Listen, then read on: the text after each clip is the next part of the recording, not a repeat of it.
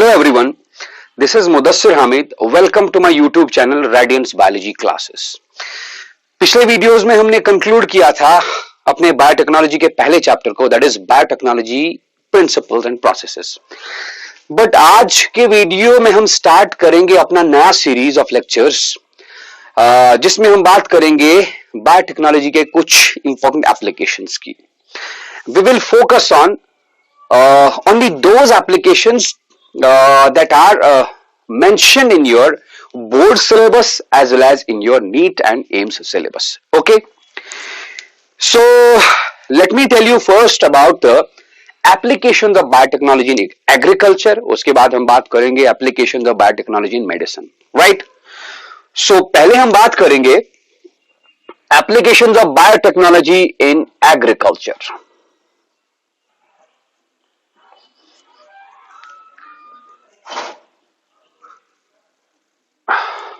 Biotechnology को हम agricultural field में किस तरह से यूटिलाइज कर सकते हैं, हम एग्रीकल्चरल फील्ड में बायोटेक्नोलॉजी को यूटिलाइज करके किस तरह अपने एग्रीकल्चरल प्रैक्टिसेस को, अपने क्रॉप प्रोडक्शन को इंक्रीज करा सकते हैं, right?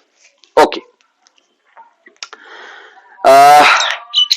in this very category of applications, I'll go first with pest resistant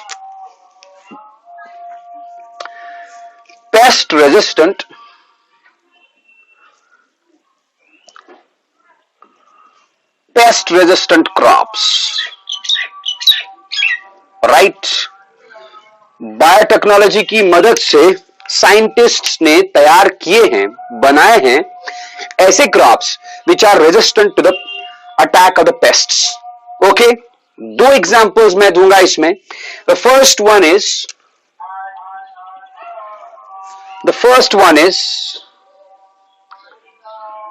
BT crops.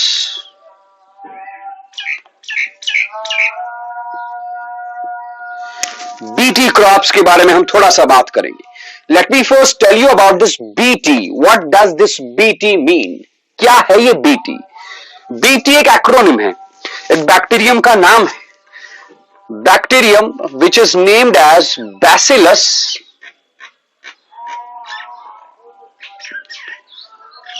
thuringiensis. Bacillus thuringiensis, right? ये एक बैक्टीरियम है. इस बैक्टीरियम के अंदर एक जीन होता है.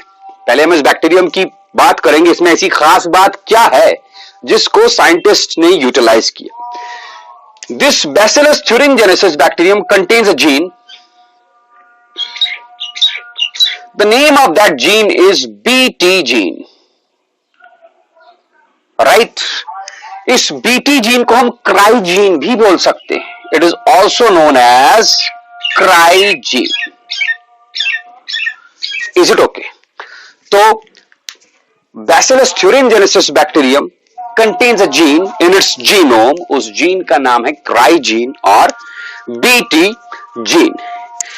इस जीन की जब नॉर्मल एक्सप्रेशन होगी, नॉर्मल एक्सप्रेशन माने पहले तो ट्रांसक्रिप्शन होगा और ट्रांसक्रिप्शन के बाद जब ये आरएनए बनाएगा, mRNA, मैं नॉर्मल बात कर रहा हूं, अभी मैंने कुछ जेनेटिक एक्सपेरिमेंट की बात नहीं की, जेनेटिक इंजीनियरिंग एक्सपेरिमेंट की बात नहीं की. I am talking about the genome and the gene of this Bacillus thuringiensis. Transcription के बाद जब ये आरएनए बनाएगा, दिस आरएनए अंडरगोस ट्रांसलेशन, तो हो गया gene express and protein is formed. That protein is the crystalline protein.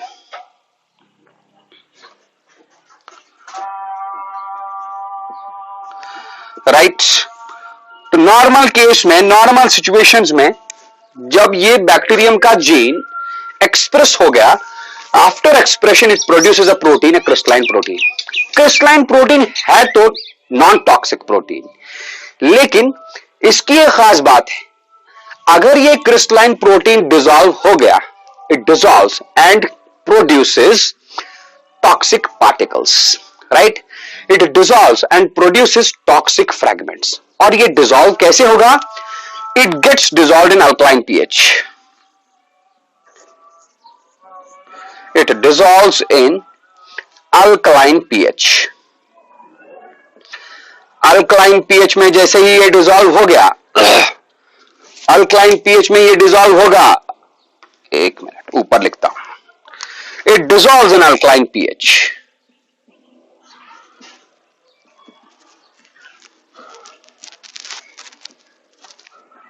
Okay, alkaline pH में ये क्रिस्टलाइन प्रोटीन डिसॉल्व होगा. After dissolving it becomes toxic. Now scientist ने किया क्या, उन्होंने बैसिलस thuringiensis से ये जीन आइसोलेट किया and they introduced this BT gene और cry gene into the plants. बहुत सारे प्लांट्स में कोशिश की गई, लेकिन there are certain crop plants जिनके अंदर ये सक्सेसफुली इंट्रोड्यूस हुआ and those plants are available in our agricultural community, right? Some of those plants are BT cotton, BT brinjal, BT soybean, BT tobacco. ठीक है ना? तो क्या किया साइंटिस्ट ने, इस बीटी जीन को, क्राई जीन को आइसोलेट किया, उसके बाद इस क्राई जीन को इंट्रोड्यूस किया इनटू अ प्लांट. तो प्लांट पेस्ट रेजिस्टेंट बन गया. पेस्ट रेजिस्टेंट मतलब प्लांट के ऊपर कोई पेस्ट अब अटैक नहीं कर सकता. Let me show you how.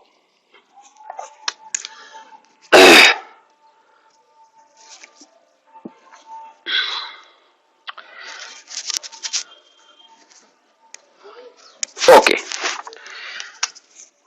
this is the BT gene or cry gene. Scientists have isolated this BT gene or cry gene. Okay, they introduced this BT gene into a plant. BT gene was introduced. Introduction into the plant.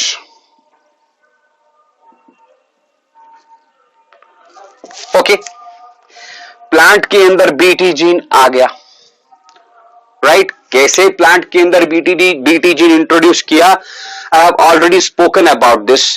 आप इसके लिए मेरे पिछले वाले videos देख सकते हो on my YouTube channel Radiance Biology Classes. मैंने बताया है आपको, एक जीन को हम यहां पर होस्ट सेल, प्लांट सेल होगा, होस्ट प्लांट के अंदर हम इंट्रोड्यूस कर सकते हैं जीन को, either with the help of vectors or without the help of vectors, right?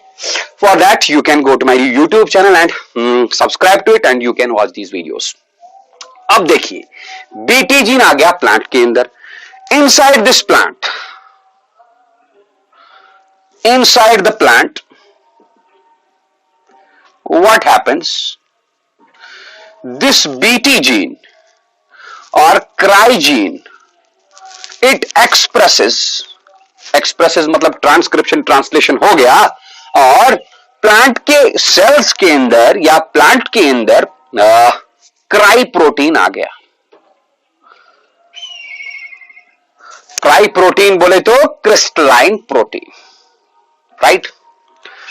So we have, scientists have produced a plant which is consisting of accumulated quantities of cry protein. Plant cell के अंदर cry proteins आ गए. कौन से sales के अंदर? Leaf sales के अंदर, stem cells के अंदर, रूट सेल्स के अंदर क्राई प्रोटीन आ गया. अब देखिए, अगर किसी तरह से किसी पेस्ट का लार्वा या इंसेक्ट लार्वा इस प्लांट के ऊपर अटैक करेगा, लेट मी शो यू. मान लो एक इंसेक्ट है, चलो इंसेक्ट लार्वा बोलूं, ये इंसेक्ट लार्वा इस प्लांट को, क्रॉप प्लांट को डैमेज कर सकता है. तो इंसेक्ट लार्वा क्या करेगा? Insect larva consumes on some part of the plant. इस प्लांट के कुछ पार्ट को खाएगा, लीफ को खाया, रूट को खाया, फ्रूट को खाया, स्टेम को खाया, ब्रांच को खाया या फ्लावर को खाया, लेकिन प्लांट के हर पार्ट में मौजूद है, एक्यूमुलेट हो चुका है क्राई प्रोटीन. तो इंसेक्ट लार्वा के गट के अंदर क्राई प्रोटीन आ गया, right? So I will write here cry protein inside the gut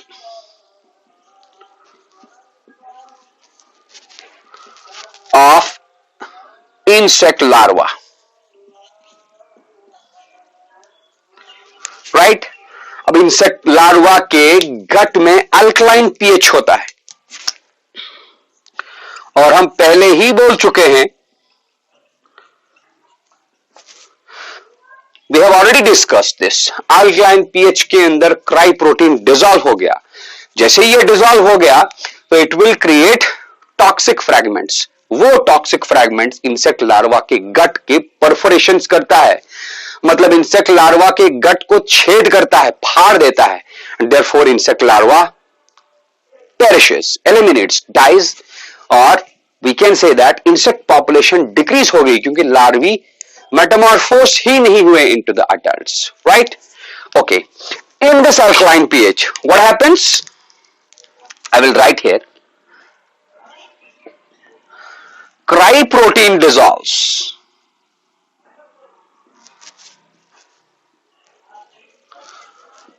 After dissolution, toxic fragments are produced. These toxic fragments are responsible for perforations in insect larvae guts. Therefore, they are killed. Insect population decrease हो गया. So we have, scientists have produced a plant which is resistant to insects. Why? क्योंकि उस plant के अंदर cry protein है। जैसे ही cry protein insect के larva के गट के अंदर गया, cry protein becomes toxic, because insect larva के गट का अल्कलाइन पीएच उसको तोड़ेगा into smaller fragments, and those fragments rupture the gut of the insect larva and the larva is eliminated at an early stage. ये larvae अब adult में तब्दील ही नहीं होंगे, convert ही नहीं होंगे, तो insect population is decreased and our crop field is protected from the damage by these insects. Okay. In BT crops के कुछ एग्जाम्पल्स मैं दूंगा। एग्जाम्पल में आप याद रखेंगे, सबसे पहले BT cotton. BT cotton, BT cotton India में इंट्रोड्यूस किया गया था in 2002। Apart from BT cotton there are some more like BT tobacco, BT brinjal, BT soybean, etc.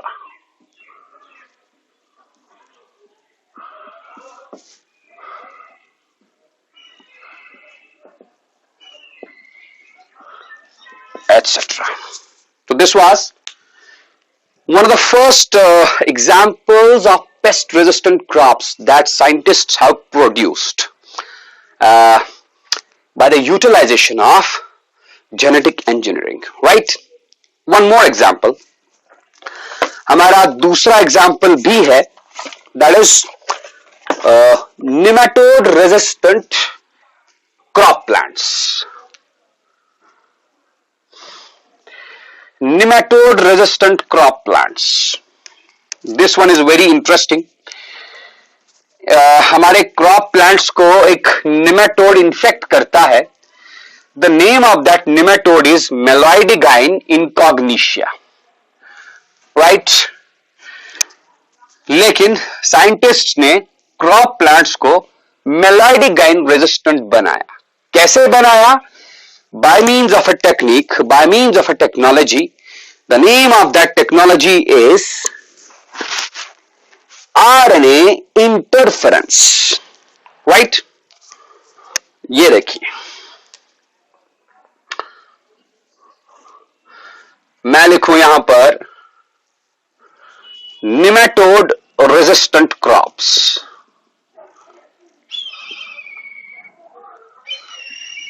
Nematode resistant crops, एक निमेटोड है, नाम लिखूंगा मैं निमेटोड का, उस निमेटोड का नाम है मेलोइडिगाइन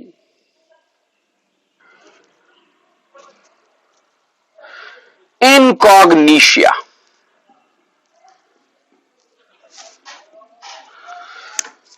ये आप आपके एनसीईआरटी बुक में मेंशन है, आप देख सकते हैं इसको, मेलाइडिक गाइन इनकॉग्निशिया, राइट। मेलाइडिक गाइन इनकॉग्निशिया के अंदर एक जीन है। नॉर्मल पहले मैं इस बात करूंगा इस मेलाइडिक गाइन इनकॉग्निशिया में ऐसी खास बात क्या है। मेलाइडिक again incognita nematode contains a gene in its genome. इसके जीनोम में एक जीन है। That gene after transcription and translation produces a protein, and this protein is responsible for growth and development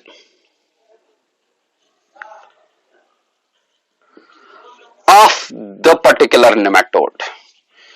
इस नेमाटोड के ग्रोथ और development के लिए ये प्रोटीन जरूरी है, and the protein is formed by gene. That gene is present in the genome of this nematode मेलाइडिक again इनकॉग्निशिया, right. अब देखिए, जैसे ही ये मेलाइडिक गाइन इनकॉग्निशिया क्रॉप प्लांट के अंदर जाता है, तो क्रॉप प्लांट के अंदर इसका ये जीन एक्सप्रेस होकर एक प्रोटीन बनाएगा। वो प्रोटीन इसके ग्रोथ और डेवलपमेंट में मदद करेगा। तो ये क्रॉप प्लांट के अंदर डेवलप होगा, ग्रो होगा, and it will perish, it will destroy the crop plant, right. तो साइंटिस्ट ने किया क्या, उन्होंने मेलाइडिक गाइन के इसी जीन का इस्तेमाल किया, उस जीन को इंट्रोड्यूस किया क्रॉप प्लांट के अंदर। फिर मेलाइडिक गाइन क्रॉप प्लांट के अंदर गया भी तो ये मेलाइडिक गाइन वहां पर ग्रो और डेवलप हुआ ही नहीं, right. What they did, scientist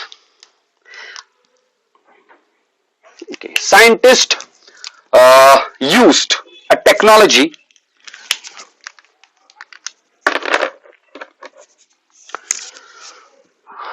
The technology is known as RNA interference. Researchers ने RNA interference टेक्निक का इस्तेमाल किया। क्या इस्तेमाल किया उन्होंने? इस टेक्निक के जरिए, इस टेक्निक की वजह से इस जीन को साइलेंस कराया। RNA interference technology to silence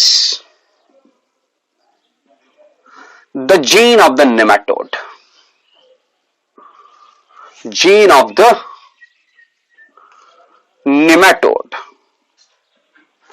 कौन सा जीन? वही जीन जो ये प्रोटीन बनाता था। मतलब कहने का यह है, अगर नेमाटोड क्रॉप प्लांट के अंदर जाएगा तो क्रॉप प्लांट के अंदर ये नेमाटोड का जीन एक्सप्रेस होकर ये प्रोटीन बनाएगा। ये प्रोटीन नेमाटोड मेलाइडिक गाइन को ग्रो और डेवलप होने में मदद करेगा, तो क्रॉप प्लांट खत्म, राइट। तो साइंटिस्ट ने किया क्या? साइंटिस्ट ने इस टेक्नोलॉजी का इस्तेमाल किया। इस टेक्नोलॉजी की वजह से हुआ क्या, जब ये मेलाइडिक गाइन प्लांट के अंदर गया, लेकिन उस प्लांट के अंदर ऐसा कुछ किया इन्होंने कि ये जीन वहां पर साइलेंस हो गया, चुप हो गया। ये जीन ट्रांसक्राइब हो गया, लेकिन ट्रांसक्राइब होने के बाद जो आरएनए बना, वो आरएनए प्रोटीन बनाया ही नहीं पाया, राइट। मतलब फिर से मैं रिपीट करूं, साइंटिस्ट ने आरएनए इंटरफेरेंस टेक्निक की मदद से मेलाइडिक गाइन का जीन, कौन सा जीन, जो जीन प्रोटीन बनाता था इसके ग्रोथ और डेवलपमेंट के लिए, उस जीन को ट्रांसक्राइब तो होने दिया, लेकिन ट्रांसक्रिप्शन के बाद आगे प्रोसेस बढ़ा ही नहीं, मतलब ये प्रोटीन बनने ही नहीं दिया inside the plant. That's why मैंने यहां पर लिखा, they have used the RNA interference technique to silence this gene. Gene का साइलेंस होना मतलब जीन एक्सप्रेस ही नहीं होगा। देखिए जीन एक्सप्रेस होता कैसे? जीन का पहले ट्रांसक्रिप्शन होता है, ट्रांसक्रिप्शन के बाद बनता है आरएनए, उसके बाद उस आरएनए का ट्रांसलेशन होता है, तब जाके बनता है प्रोटीन। प्रोटीन बना तो we say that gene has expressed. तो रिसर्चर्स ने किया क्या, इन्होंने इस जीन को साइलेंस कराया। साइलेंस कराना मतलब प्रोटीन को बनने ही नहीं दिया।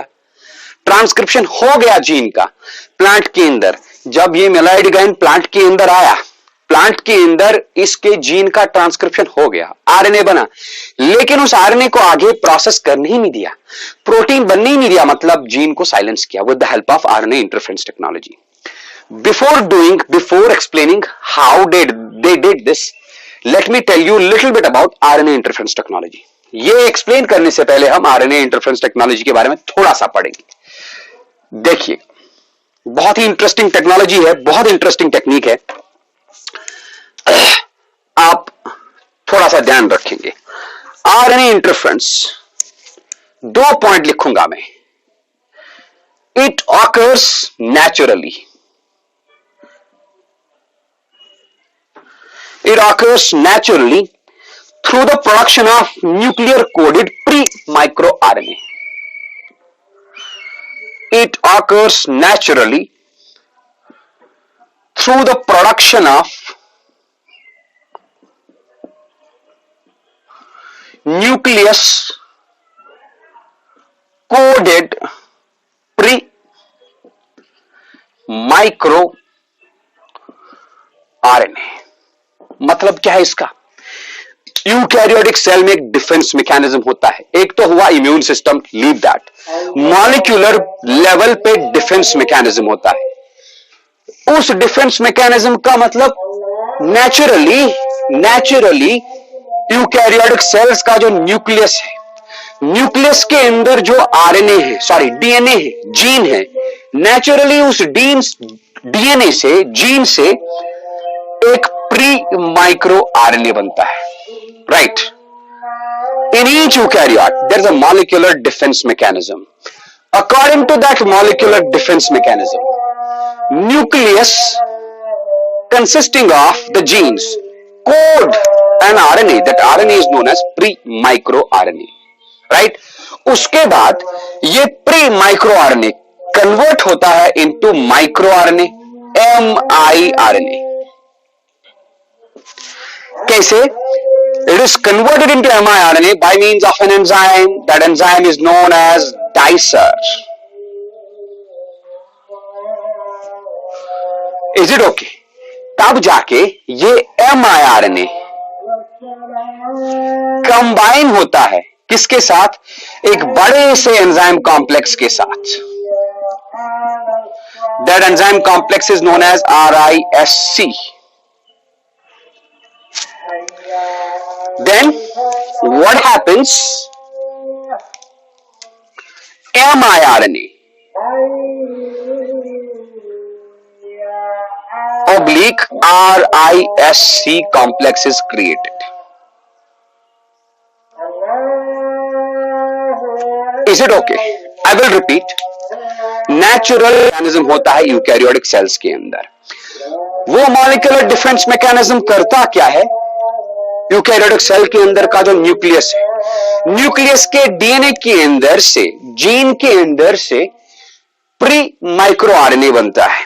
प्री माइक्रो आरएनए इसी यूकैरियोटिक सेल के अंदर एक एंजाइम की मदद से, जिसका नाम डाइसर है, डाइसर की मदद से ब्रेक होता है and is converted into micro RNA. MI बोले तो माइक्रो आरएनए। फिर माइक्रो आरएनए एक एंजाइम कॉम्प्लेक्स के साथ बाइंड होगा। इस एंजाइम कॉम्प्लेक्स का नाम है RISC, it is an abbreviation. RNA interference नहीं, sorry, RNA inducing silencing complex. ये दोनों मिलकर एक बड़ा सा कॉम्प्लेक्स बनाते हैं, एमआईआरएनए रिस्क कॉम्प्लेक्स। तब जाके ये एमआईआरएनए रिस्क कॉम्प्लेक्स क्या करता है? ये टारगेट एमआरएनए को ब्रेक करता है। टारगेट एमआरएनए ब्रोकन, ये है process, but this one is naturally. लेकिन हम इस प्रोसेस को आर्टिफिशियली भी इंड्यूस कर सकते हैं। हाउ? इसको मैं फिर से थोड़ा सा जल्दी से रिपीट करूंगा। आरएनए इंटरफेरेंस को हम आर्टिफिशियली भी इंड्यूस कर सकते हैं, but I will tell you about that a little bit later. इसके बाद बताऊंगा उसके बारे में। लेकिन नेचुरली भी होता है RNA interference. RNA interference is a component of natural defense, molecular defense mechanism of the cells, eukaryotic cells। होता क्या है? जरूरत पड़ने के वक्त यूकैरियोटिक सेल के न्यूक्लियस में जो डीएनए होता है, उस डीएनए से छोटा सा RNA, double stranded RNA code होता है, डबल स्ट्रैंडेड आरएनए बनता है। That double stranded RNA is known as pre micro RNA. ये pre micro RNA dicer enzyme की मदद से कन्वर्ट होता है into double stranded RNA fragments, smaller fragments, जिनको हम माइक्रो आरएनएस बोलते हैं। माइक्रो आरएनए एक बड़े से enzyme complex, this is an enzyme complex, हाँ, enzyme complex. The enzyme complex is named as RISC, RNA inducing silencing complex, RNA induced silencing complex. ये इन micro RNase के साथ बाइंड होगा, तब जाके एक फंक्शनल कॉम्प्लेक्स बनेगा. यही फंक्शनल कॉम्प्लेक्स क्या काम करेगा, ये उस आरएनए के ऊपर एक्ट करेगा जिस आरएनए को हमको साइलेंस कराना है, मतलब जिस आरएनए से हमने प्रोटीन नहीं बनाने देना है. तो it will target that mRNA and break that mRNA. Is it okay? ये तो हुआ नेचुरल वाला. लेकिन हम इस आरएनए इंटरफेरेंस टेक्निक को, इस मॉलिक्यूलर डिफेंस मैकेनिज्म को आर्टिफिशियली भी इंड्यूस कर सकते हैं. देखिए कैसे.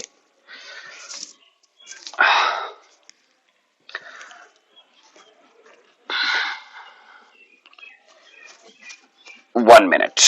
ओके, सी, सेल के अंदर हमने इंजेक्ट किया, इंजेक्ट या introduce, inject a double stranded RNA fragment into a cell, particular cell. जिस सेल में हमने आरएनए इंटरफेरेंस टेक्निक फंक्शन करानी है, उस सेल के अंदर हमने इंजेक्ट किया एक डबल स्ट्रैंडेड आरएनए फ्रैगमेंट. ये double stranded RNA fragment usually हम लूप की शक्ल में, लूप की फॉर्म में इंजेक्ट करते हैं. Therefore it is also known as SHRNA.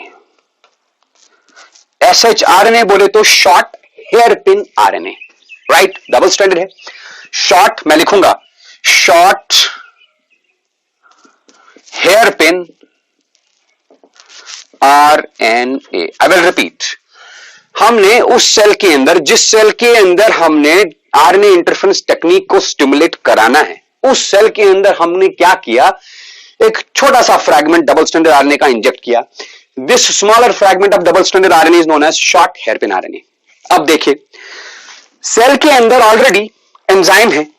The enzyme is known as dicer. This double stranded RNA will be acted upon by the enzyme dicer.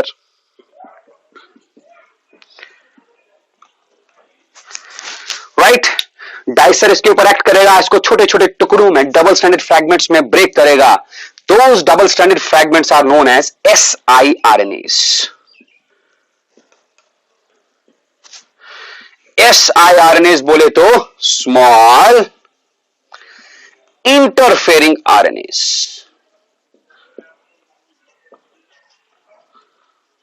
Right? Then what happens? ये small interfering RNAs, बाकी mechanism same है. The small interfering RNAs with the help of RISC. RISC बोले तो RNA induced silencing complex. ये दोनों bind हो जाएंगे तो बनेगा, हाँ, siRNA RISC complex. Then this complex, हाँ जी, what it does, it acts on a target mRNA. उस आरएनए के ऊपर ये एक्ट करेगा जिस आरएनए को हमने ब्रेक करना है, जिस आरएनए से हमने प्रोटीन नहीं बनने देना है. These are the two methods by which RNA interference technique can be achieved, either naturally or by the introduction of a short hairpin double-stranded fragment of RNA into the target cell. Okay? अब देखिए, इस RNA interference technique को हम मेलाइडिगाइन इनकॉग्निशिया वाले gene के साथ relate कैसे करेंगे. सी,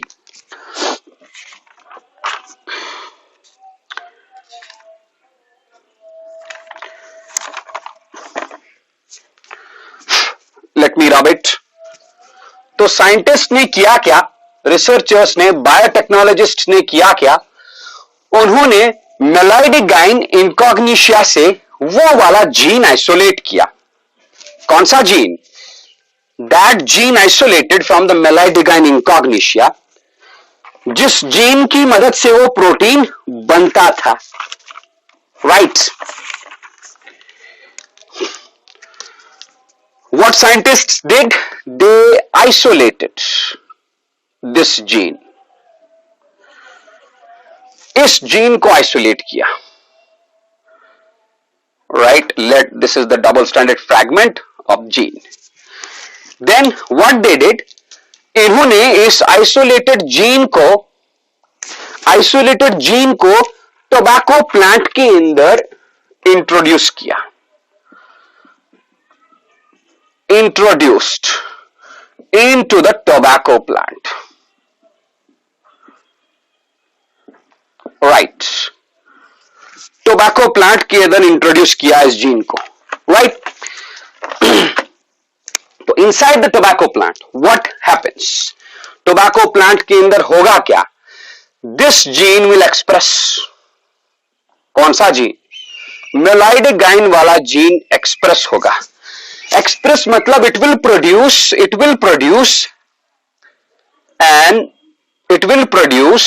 ध्यान से, अ डबल स्ट्रैंडेड आरएनए। अब सवाल यह है कि इसने सिंगल स्ट्रैंडेड एमआरएनए क्यों नहीं बनाया? हाँ, बिकॉज हमको पता है कि tobacco plant is an eukaryote. हमने बाहर से डीएनए जब डाला तो with the help of that molecular defense mechanism, this DNA will produce the double stranded RNA, right?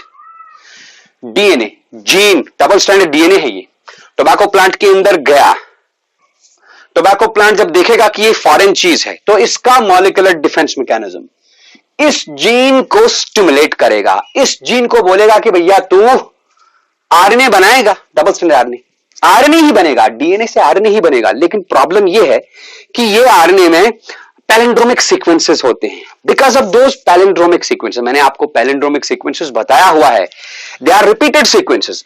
Palindromic sequences की वजह से ये डबल स्ट्रैंडेड हो जाएगा, हेयर पिन बन जाएगा, like this. Single stranded RNA होगा ये, but because of palindromic sequences it will become like a hairpin, double stranded. इसी डबल स्ट्रैंडेड आरएनए को हम SHRNA भी बोल सकते हैं भैया। SH बोले तो शॉर्ट हेयर पिन आरएनए। अब देखिए व्हाट हैपेंस, टोबैको प्लांट के अंदर ही इस SHRNA के ऊपर वो एंजाइम जिसका नाम था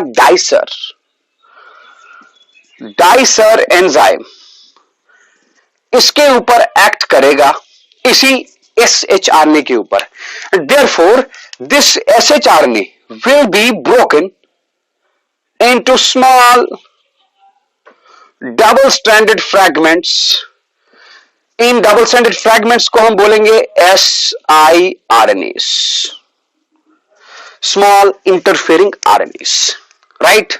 अब देखो ये small interfering RNAs, they will combine with what? They will combine with a huge enzyme complex. That enzyme RNA induced silencing complex. Therefore, कुछ इस तरह का स्ट्रक्चर हमारे पास आएगा। ये रहा siRNA और siRNA के साथ बाइंड हुआ है risk. So this is complex. Which complex? This is siRNA risk complex. ये इस टोबैको प्लांट के अंदर ऑलरेडी प्रेजेंट है। Is it okay? अब ये टोबैको प्लांट निमेटोड रेजिस्टेंट हो गया। कैसे निमेटोड रेजिस्टेंट हो गया? Let us come to the nematode now. मान लो इस टोबैको प्लांट के ऊपर निमेटोड ने अटैक किया, निमेटोड ने अटैक किया इसके ऊपर। ये लीजिए, अटैक क्या करना मतलब nematode Meloidogyne enters the tobacco plant. Is it okay? अब निमेटोड के पास खुद का भी जीन है, इसका वो जीन, इसके जीन का होएगा क्या? ट्रांसक्रिप्शन।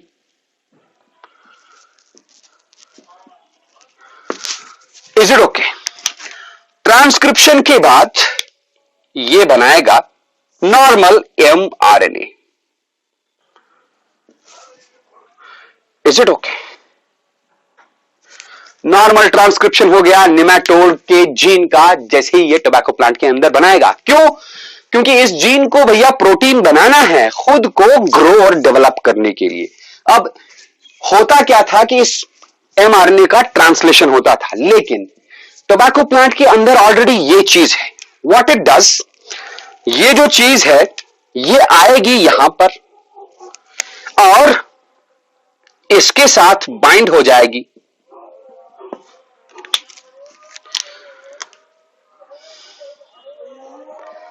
मतलब RISC siRNA RISC complex will bind to this mRNA. सवाल यह है कि क्यों बाइंड होगा. सॉरी, ये डबल स्टैंडर्ड नहीं है, सिंगल स्टैंडर्ड फ्रैगमेंट्स है. हाँ, ये सिंगल स्टैंडर्ड RNA इस mRNA के साथ बाइंड क्यों हुआ. देखिए, ये सिंगल स्टैंडर्ड RNA का ओरिजिन क्या है, siRNAs का ओरिजिन क्या है. siRNAs को हमने बनाया, siRNAs बने हैं with the help of enzyme dicer from shRNAs. लेकिन shRNA आया कहां से? shRNA उसी निमेटोड जीन के अंदर, हाँ, टोबैको प्लांट में जो निमेटोड जीन हमने इंट्रोड्यूस किया है, उस जीन के एक्सप्रेशन के बाद siRNA, उस जीन के ट्रांसक्रिप्शन के बाद siRNA, सॉरी, उस जीन के ट्रांसक्रिप्शन के बाद ये double standard RNA, hairpin RNA बना था. इसका मतलब यह हुआ कि ये shRNA it will be complementary to the mRNA, क्योंकि ये mRNA भी इसी जीन से आया हुआ है. I hope you are getting me. मैं फिर से बताऊंगा, हमने एक निमेटोड मेलाइडिगैन लिया था, उस निमेटोड का जीन हमने टोबैको प्लांट में इंट्रोड्यूस किया था, तो उस जीन का ट्रांसक्रिप्शन होके ये RNA बना. इससे छोटे छोटे RNA फ्रैगमेंट्स बने जिनको हमने siRNAs बनाया, बताया, नाम बताया. ठीक है, बिल्कुल वही निमेटोड, वो वाला नहीं, दूसरा निमेटोड, लेकिन उस निमेटोड के अंदर same gene, similar, 100% similar gene है. ये जीन जब ट्रांसक्राइब होगा तो इस जीन से बनेगा mRNA. तो ये mRNA और ये siRNA they will be complementary in base sequence. Therefore siRNAs, क्योंकि siRNA भी उसी जीन से आए हैं, siRNAs और ये they will bind together with the help of RISC. This mRNA is broken. Cleavage of target mRNA break हो गया. जब ये ब्रेक हो गया तो no protein, therefore no protein. Nematode plant के अंदर आ गया, लेकिन इस निमेटोड ने अपने ग्रोथ और डेवलपमेंट के लिए प्रोटीन बनाया ही नहीं, बिकॉज हमने इस निमेटोड के जीन से निकलने वाले mRNA को साइलेंस कराया with the help of this siRNA, जो हम टोबैको प्लांट के अंदर इसी निमेटोड के जीन की मदद से बना चुके हैं ऑलरेडी. राइट, तो no protein will be form, hence nematode enters the plant but it will not undergo growth and development, therefore the plant will be protected from this nematode attack, nematode infection. Right, तो क्या किया हमने इस mRNA को silence किया. mRNA कहां से आया? निमेटोड के जीन से. हमने mRNA को साइलेंस किया, हमने इस जीन को साइलेंस किया टोबैको प्लांट के अंदर with the help of the siRNA got from the same gene. हमने इस RNA को इंटरफेयर किया. इंटरफेयर क्यों किया, कैसे किया? हमने इसको इंटरफेयर किया by the formation of small interfering RNAs in the tobacco plant. That's why it's a case of RNA interference technology. But it is not the case first वाला. यहां पर न्यूक्लियर कोडेड RNAs हमने नहीं देखे. फिर क्या, जैसे टोबैको प्लांट के अंदर बाहर से डीएनए फ्रैगमेंट आया, वो डीएनए फ्रैगमेंट siRNAs बनाया, वही siRNAs फिर इस टारगेट mRNA को इंटरफेयर करेंगे, इसको ब्रेक करेंगे, प्रोटीन बनने नहीं देंगे. Is it okay? सो दो एप्लीकेशंस मैंने आपको इस वीडियो में बताए. First was BT crops and second nematode resistant crop इसके बाद भी और एप्लीकेशंस हैं एग्रीकल्चरल फील्ड में, फिलहाल मैंने आपको एक बताया. What was that? Pest resistant crops. After this we have to study about flavor saver tomatoes. We have to study about herodine producing crops. We have to study about golden rice. We'll take those applications of biotechnology in the field of agriculture in our next video. Okay, thank you.